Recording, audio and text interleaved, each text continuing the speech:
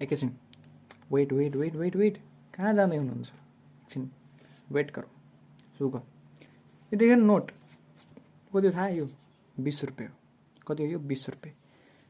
तिमीलाई थाहा यो 20 रुपियाँले नि मान्छेहरू 20 करोड पनि बनाउन सक्छन् र यही 20 रुपियाँले मान्छेले 2 रुपियाँ पनि बनाउन सक्छ क्या।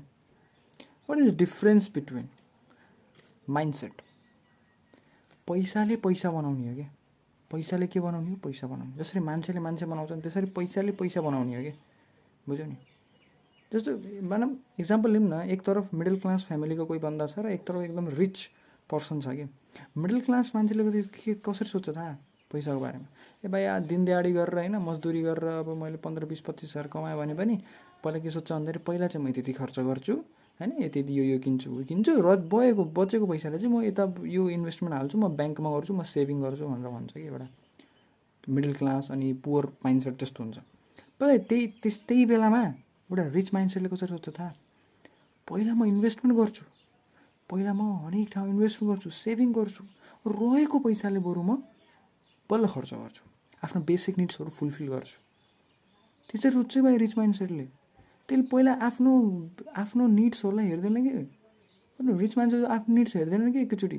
पहिला भाइ तिमीले पैसा कसरी बनाउने? भाइ आएको पैसालाई कसरी पैसामा त्यो आएको 20 रुपियाँ आयो, 20 रुपियाँलाई कसरी 40 रुपियाँ बनाउने, 40 रुपियाँलाई कसरी 80 रुपियाँ बनाउने, कसरी मल्टिपल गरेर लैजाने बारेमा सोध्छन् कि पहिला रिच माइन्डसेटले। अब पुवर माइन्डसेटले के सोध्छ? तपाईँ मिडल क्लास हामी जस्तो मिडल क्लास मान्छेहरूले कसरी सोध्छौँ भन्दाखेरि हामी पहिला पैसा आउँछ, त्यो पैसालाई हामी पहिला खर्च गर्छौँ, बचेको पैसालाई म सेभिङ गर्छु, म ब्याङ्कमा हाल्छु, अनि म भाइ अबको सेभिङमा हाल्छु, म सेभिङ एकाउन्टमा हालिदिन्छु होइन। त्यसमा अब ज्यादा 0.5% इन्ट्रेस्ट आउँछ, अनि सकियो। त्यसबाट पैसा अलिकति भयो पनि 200 रुपियाँ भयो पनि आउँछ।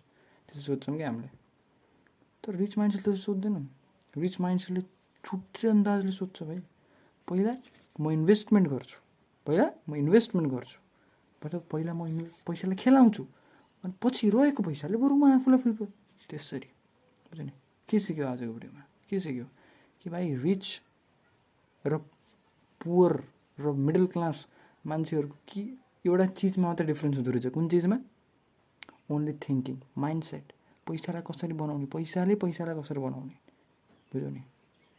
त्यसरी नै हामीले पनि पैसा होइन, पैसा आयो भन्दैमा पैसा आहा र त्यसलाई हामीले अन्यथा खर्च गर्नुभन्दा बरु अलिकति भए पनि भाइ दिमाग लाएर आइडिया लाएर होइन पैसाले पैसा बनाउने हो भने पैसाले पैसा बनाउने हो। बुझ्यो नि?